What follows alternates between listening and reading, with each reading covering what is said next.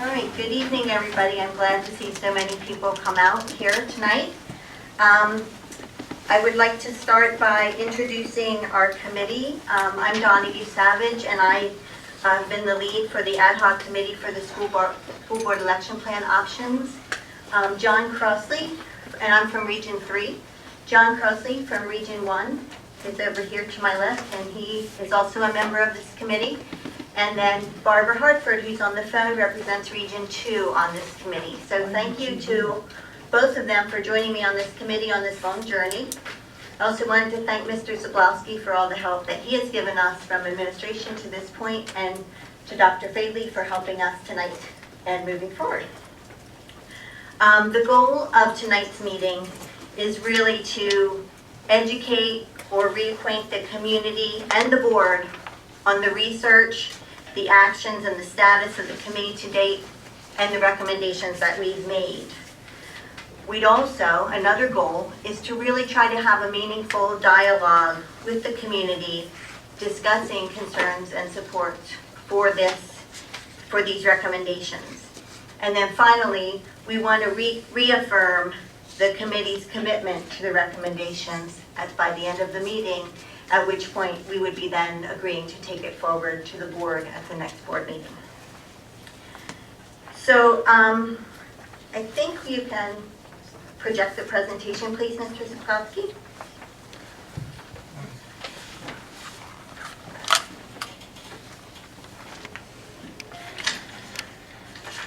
Oh, and I'm sorry, I have copies. I'm sorry, I didn't get these around to the board. Got them out to the community and not around to the board. Sorry. Mrs. Hartford, do you have a copy of the presentation? Yes, I do. And have you been able to hear things through the facilities meeting pretty well, the way that we have the microphone set up? It's working just fine. Wonderful, thank you. So if you could go to the second slide, Mr. Zablowski. We're going to talk tonight about the committee purpose. We'll give you the background behind why we created the committee, talk to you about how we operated the committee and what the current status is. Then I'll describe the election plan models, the region equalization model recommendation, and the transition plan, and then summarize. Followed by this presentation, we're going to have some dialogue with you, and that's split up into two parts, as you can see from the agenda. First, we're going to focus on the recommendation for the equalization of the regions. And we'll start by offering that anyone who wants to comment on that recommendation can do so the way we usually do at board meetings with public comment. Come up to the microphone, state your name in 3 minutes or less, and we'll try to keep this meeting short, but we'll take as much time as you need. State your concerns, your support, your sentiments about the recommendation. And then while you're talking, Dr. Fadley will be collecting what he's hearing. After we're finished with public comment on that topic, Dr. Fadley will facilitate a discussion where he'll kind of consolidate what we've heard and allow us the opportunity to interact with you and respond to what we've heard. Then we'll follow that same process for the recommendation for the change in the election format. That's the change to the hybrid model that you've heard about. And then we'll have summarized and next steps. And we have, then we'll have a regular public comment. I did not put sign-up sheets out. I'd like this to be a little bit more informal, so I'll just trust all of you to be able to be orderly and take turns coming to the microphone, and I'll give you as much time as you need. And when you come to the microphone, if you could just state your name for me and so that I can record it, so that when I summarize your points and restate them, if I miss something, please don't be afraid to say, oh, what I meant to say was, because I want to make sure that we clearly capture your points of view. Thank you. Okay, so you can go to the next slide. So the committee was formed on September 11th, 2012, so almost exactly a year ago. And we were instructed to explore and recommend one of the election plan options prescribed in the Public School Code of 1949 in the section that describes how school boards can be organized. And we were then asked, and we recognized that that might also include equalizing our regional borders. And we were asked to present that recommendation by December 11th to the board. And I already introduced our board, our committee members. And Mr. Crossley and Mrs. Hartford, you may feel free to interrupt me at any time through this presentation if you think I'm missing something or have something to add. Next slide, please. So the Boyertown, just historically, before this committee was even formed, the Boyertown Area School District implemented the 3-region election plan model that we know today when it was formed more than 40 years ago. And in 1996, those boundaries were altered to equalize the regions, the populations among those regions. The census data shows that the population in Region 3 has been growing quickly while the growth is stagnant in the other regions. And that's created an inequity in the population among the regions. And there are various population growth projection models that predict that this trend will continue. In addition, School Board Policy 9110 requires that the school board uses the decennial census data, or the U.S. Census as we call it, to equalize the population across the regions to the extent possible. This is really in alignment with the Pennsylvania School Code, which states that the population of each region shall be as nearly equal as possible and shall be compatible with the boundaries of the election districts. You can go to the next slide. So the school code describes that there are 3 election formats allowable. The first is an at-large election region where all 9 members of the board are elected by all people in the school district. The second is a regional election plan format. There, the school district is divided into either 3 or 9 regions, with the population being as nearly equal as possible. And then the third option allowable is a combination or hybrid election model, which combines the at-large with the regional, allowing only for 3 regions in that hybrid. So the district is divided into 3 regions with either 3 or 6 members elected from at large, and the remaining 6 or 3 elected by each of the regions. You can go to the next slide. So the committee started meeting last October, and we held 6 meetings from October through December of 2012. We stated some very clear guiding principles at the beginning, that we wanted to be thorough, we wanted to be systematic, and we wanted to be objective. And most of all, we wanted to reflect what we were hearing from the community. And as such, we spent some extra effort advertising the meetings. So we advertise them as we always do and as we're required to do for public meetings. We also placed them on the website front page. We also took every opportunity to announce them publicly. And the Reading Eagle did a great job covering every one of our meetings, so anybody reading that paper would also hear about those meetings. So the meetings were attended by a variety of people, less than we have here tonight, but up to 16 at one particular meeting. So they ranged from people from the number from 3 to 16. We followed a process that I'll describe in more detail step by step, but the steps at a high level were: first, we worked on creating a prioritized list of criteria that would define a good election plan model. Then we evaluated and selected an election plan model. And then, because our selected election plan model contained regions, we selected the best way to equalize those regions. And then we determined how we would transition into that recommended model and made the recommendation to the board. And then on December 11th, the board took the action to approve those recommendations. The board vote that night was 6-1. At that time, there was a vacant seat and one absent member from the board in addition to that vacant seat.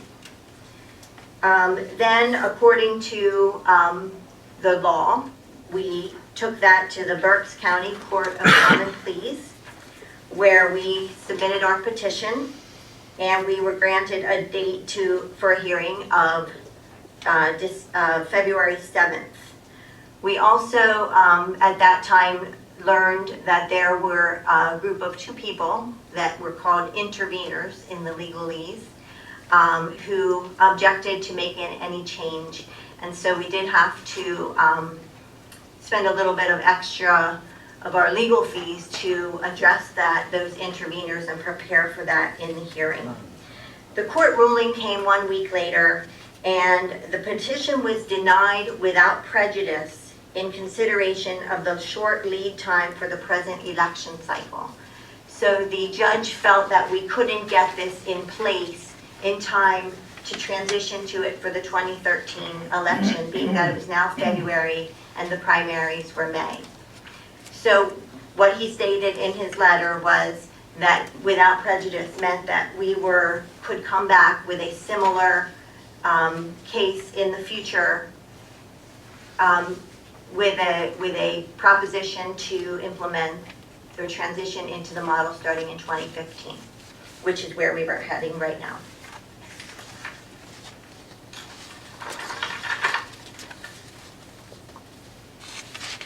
So the prioritized list of election criteria, this was our first step.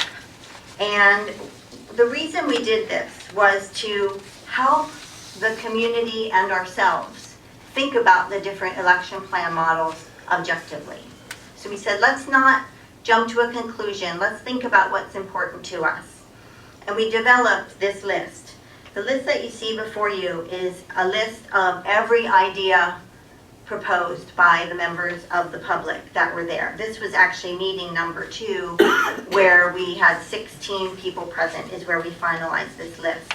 We started it in meeting number 1. In meeting number 2, we finalized the list. Then we asked we had the room arranged in tables, and there were 3 tables. We asked each table to talk among themselves and prioritize that list and then share that. And then based on that prioritization, the committee created these categories of most important, very important, and important criteria.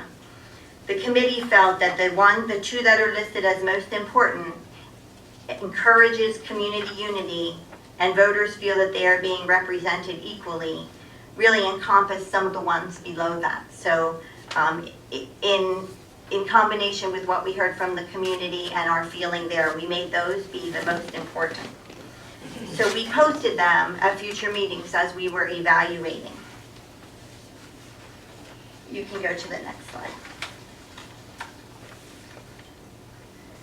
So the second step of the process was to evaluate the different election plan models. So we utilized our prioritized list of election plan criteria, what we thought was important to us. And we also utilized a lot of data. Here I have listed the PSBA data on Pennsylvania School District election plan models. This was a question in a survey that the PSBA does periodically. And they had a 65% response rate on that. So that means that 65% of the school districts responded and answered this question. And what we saw was that 63% of school districts in Pennsylvania have an at-large voting election plan. 29% use 3 regions, 5% use 9 regions, and 3% use a hybrid model. We looked at that. We also joined that data together to identify which school districts were multi-county. And I personally was surprised at how many school districts have multiple counties. We're certainly not alone, and some have 3 or 4, believe it or not. And when you think about the complexities that brings into our school district, consider 3 or 4. But we were able to look at that data by only school districts that were multi-county. The survey from PSBA also had information about geographic size of the school districts, whether they were urban, suburban, or rural, what their student size was. And so we looked at all those parameters. And it really, and we even looked at, okay, I'm sorry, I didn't have myself. And we even looked at combining some of those parameters together. But when you start to do that, you find that there aren't any school districts that are like us in terms of multiple parameters. Some of the observations that we did see, most of the ways that we cut the data, it still broke out the same in terms of about 2/3 at large, less than 1/3 3 region, less than that 9 region, and less than that hybrid. But what we did see was that students, that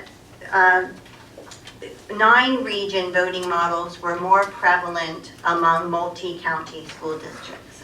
They had about 15% of multi-county school districts had a 9 region voting model. And we did talk about that briefly, but that would be a nightmare, and it would be very difficult to equalize and keep equalized among our municipalities. We did see that the hybrid model was more prevalent among very large school districts, which were defined as greater than 150 square miles.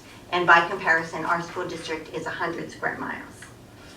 And we did see that the 3 and 9 region models were more prevalent in large school districts, and the 3 region being more like 40% instead of 29% that we saw overall.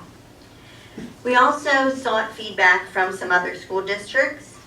We also considered the historical community input and prior petitions put forward by the board and by the community in the past. We looked at petitions for change from other school districts. And we also talked to the director of elections at Berks County and Montgomery County to ensure that we understood the process. So we did do a lot of research. I'll also say that, so at this time, this was all about community input. This is the meeting where we had 16 members of the community here. We had 3 tables set up. And we asked each table, considering all that data, to make a recommendation. What would they recommend?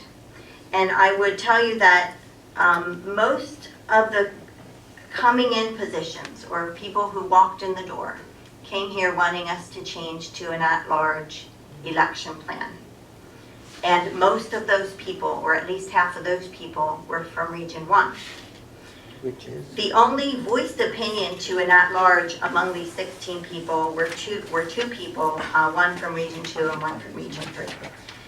So what the outcome was that one of the tables recommended an at-large, a hybrid model with 2 representatives from each of the 3 regions and 3 at-large representatives. Another table said that they could live with that, but they would have preferred a hybrid model with 1 representative from each region and 6 elected at large. And the other table said that they could live with that compromise, but they would prefer to stay with 3 regions. So it seemed like we had a very successful meeting. It seemed like everyone was willing to compromise. I was really pleased walking out of that meeting. So the committee thought about this, and we recommended that we have our primary recommendation would be the 2 representatives per region and 3 members elected at large. But if we had trouble figuring out how to implement that, because we really hadn't thought through that yet, we might consider the other hybrid model, which would be 1 representative per region and 6 at large. So here, this model really did, we felt, meet the most important criteria. It allowed voters to feel that they were being represented equally. It encouraged community unity, which I felt was reflected by that sense of compromise that we saw in the room that day. And one of the things that struck people the most was that in this model, everyone has input to 5 board members, which is a majority of the board. Every voter has input to exactly 5 board members, instead of 3 as you do now.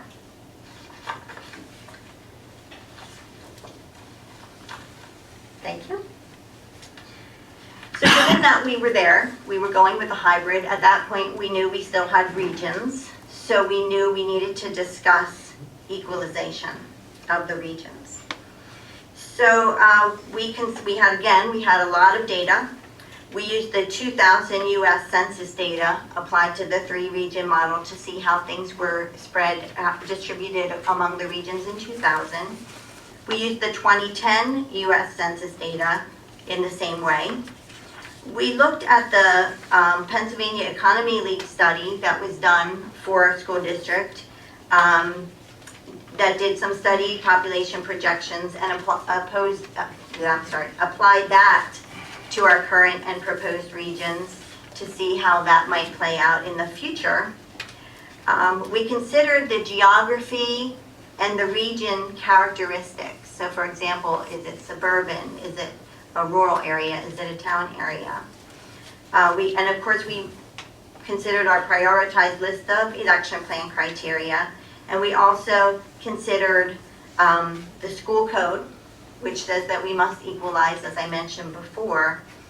And we found out very late in the game that there was also a section of the Pennsylvania Election Code, section 502, that says that when a school district crosses county boundaries, each region must be a contiguous region. So our committee actually, so we considered 4 proposals. Every one of the proposals reduced the population variation across the regions from what it is today. All of the proposals actually reversed the inequity between regions 1 and region 3 in a way that today, the way that the inequity is happening, the population trends are pushing it further apart. By reversing the inequity, the population trends will move it closer together. We found that our proposals C and D were not viable because they were non-contiguous regions. The committee actually first picked proposal C, but when we found out about the non-contiguous, we had to go back to the drawing board. Proposal D was not preferred because it would impact a current board member, meaning that board member would no longer sit in the region in which they were elected, and so would no longer be able to be on the board. So we did not want to go there.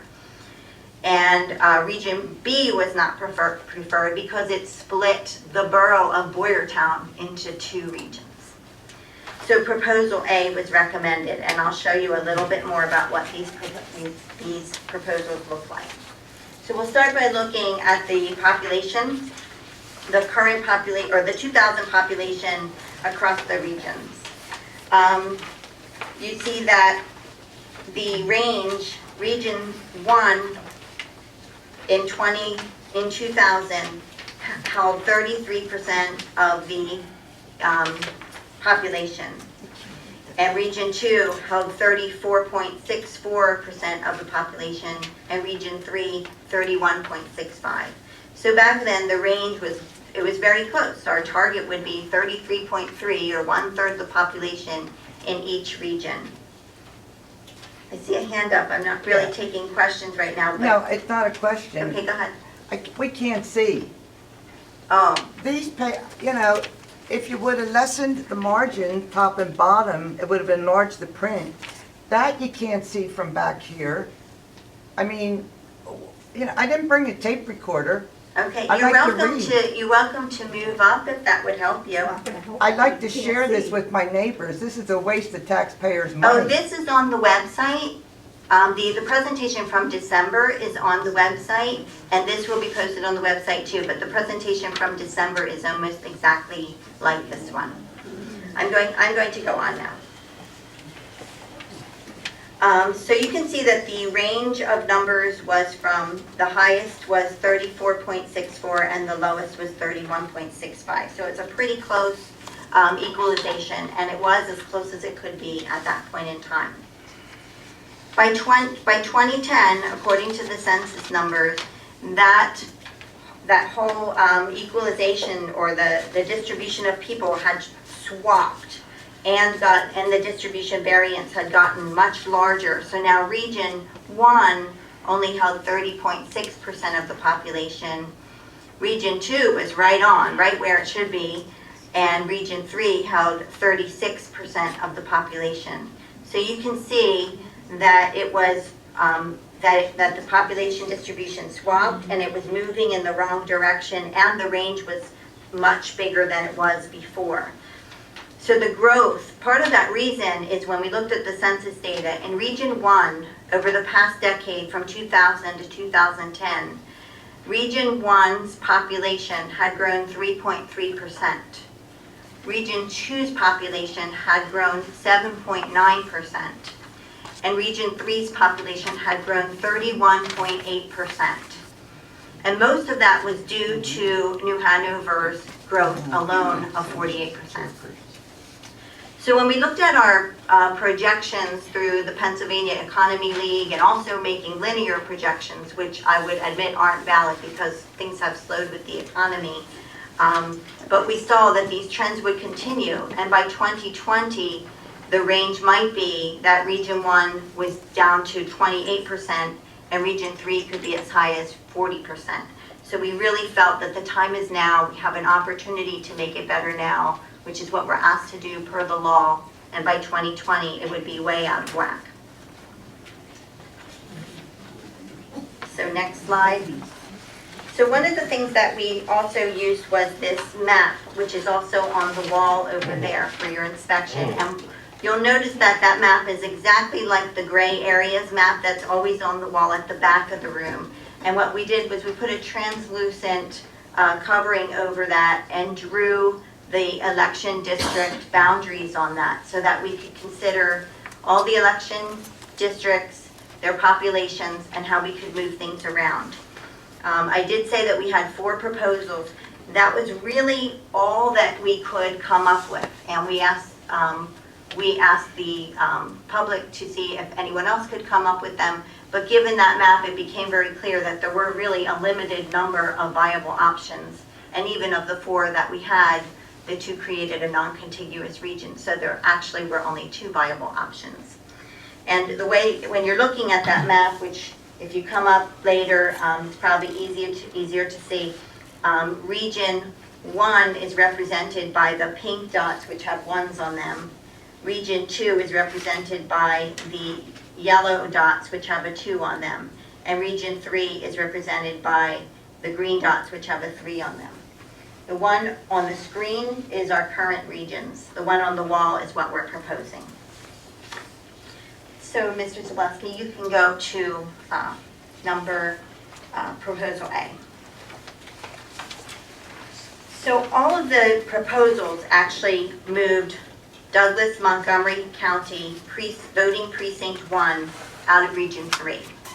And that's because it was the smallest voting precinct in Region 3, and so it would overcorrect the problem the least. This proposal reduces the range of the variation. So now you'll see that the highest population is in Region 1 with 35.25%, and the lowest is in Region 3 with 31.35%. So that range from 35 to 31 is less than it was before, which was more like 30 to 36. It maintains the contiguous regions. Only 1 precinct is moved. In all of our other options, 2 precincts of people would have to change their region. And it moves a very rural voting district into our most rural voting region. In fact, the population of that voting district is less dense than that of Region 1 on average. In addition, it's similar in terms of per capita income, And in fact, the Douglas-Montgomery per capita income is less than the average of Region 1's overall. So we felt that we were moving a very like group of people into a very like region. And it was no current or likely incoming, I can say now. No, we don't know who will be elected in November, but it looks kind of likely, would be impacted by this proposal. And the next slide shows that map. So what has happened is Douglas Montgomery 1, which is like in the middle on the right, changed from a green 3 to a red 1. And you can see that there's 2,416 people in that voting precinct, which if you look at how big it is and some of the others, you can sense that population density. But the population density fact that I stated before came from the U.S. Census. So I'm going to very quickly just hop through the rest of these proposals. Proposal B was the one that split Boyertown Borough in half and would move part of it to a very rural area. So we really didn't consider Proposal B. You can go forward 2 slides, Mr. Swelsky. Proposal C would reduce the variation, but it's not viable because it creates a non-contiguous voting region. And if you go to the next slide, Mr. Zablocki can show that. So what that does was it left Douglas 1 Berks kind of out, disconnected from the rest of Region 1. So it would have moved that one into Region 1, but it was non-contiguous. Proposal C had the same problem. You can go 2 forward again. 1 more. And there what we've done is we've alienated Douglas Berks again from Region 2 by moving a different piece of it up to Region 1. So those were non-viable. So you can go to the next slide, please. So just in summary, the committee recommendation regarding the region equalization was Proposal A. And I think I already talked about the rationale and what it was, what it actually did. So the next item that we worked on was our transition plan.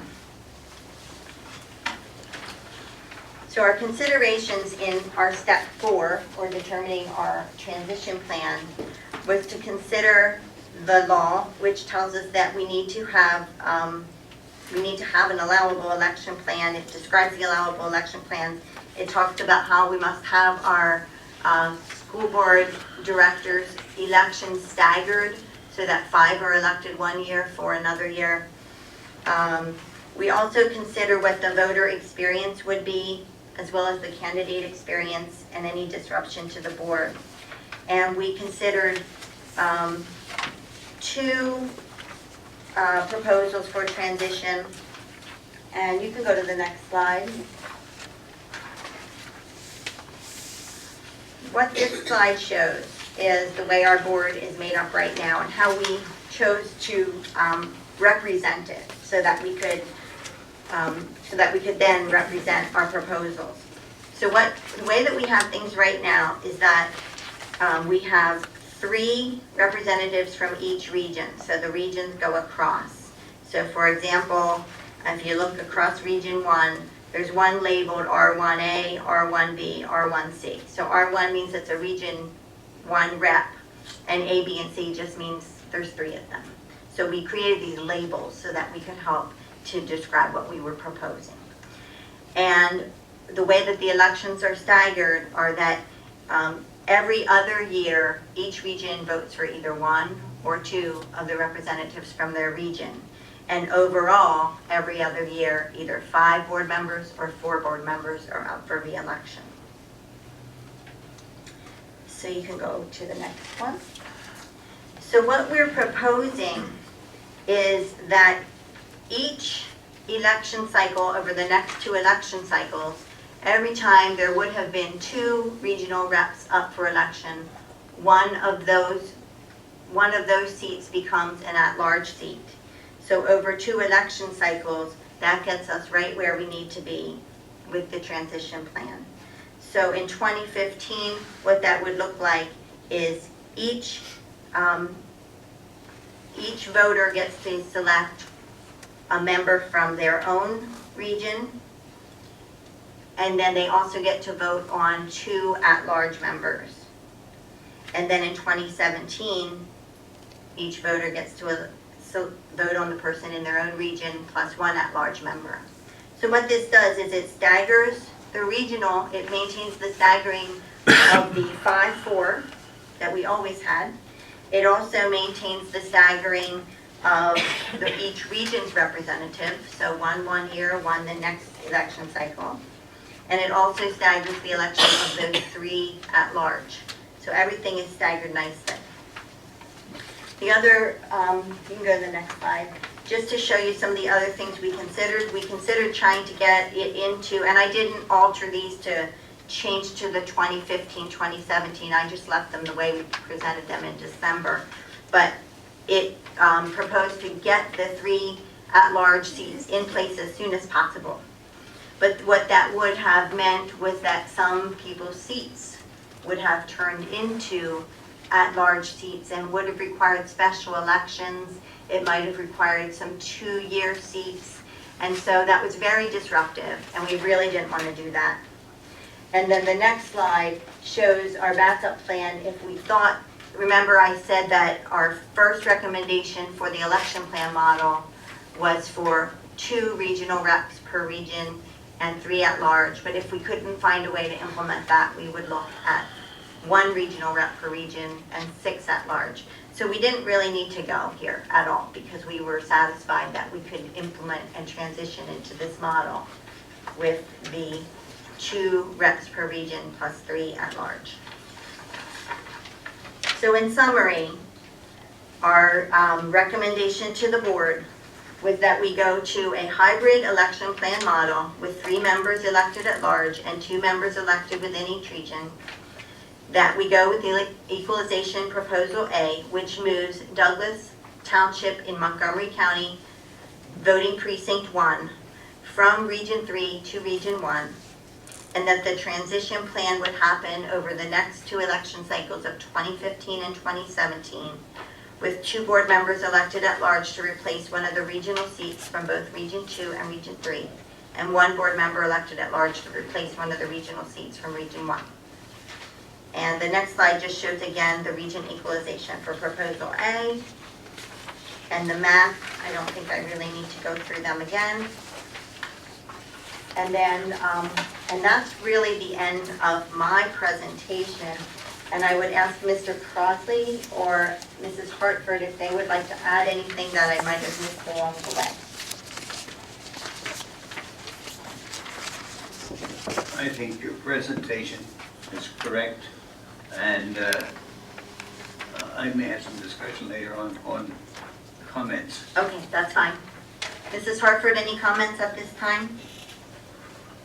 I think it shows the public and our administration, et cetera, the work that was done by this committee was very thorough, and we did include participation from the public all the way along the line in looking at this. And I know that every one of us as board members sitting on this committee came into this meeting and looking at this, and we all left with different opinions and decided to go with a different way also.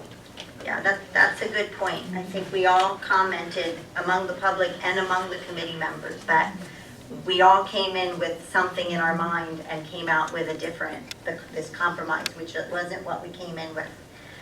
Thank you, Mrs. Hartford. So now I would like to go to item number 5 on our agenda. And Mr. Zabowski, if you could go back to the slide that shows the map of Proposal A. Yes, thank you very much. And what I would like to invite right now is anyone from the public who would like to make a comment about how we are proposing to equalize the regions. I'd like to limit the comment to this at this point. Please come to the microphone, state your name, and state your comment. We'll try to keep it as brief as you can in respect for everybody's time here. And as I said before, Dr. Faley will be listening, and when everyone has spoken that wants to speak, he will summarize what we've heard, clarify what we've heard, and we will also respond to what we heard as appropriate. So please feel free to come up to the podium.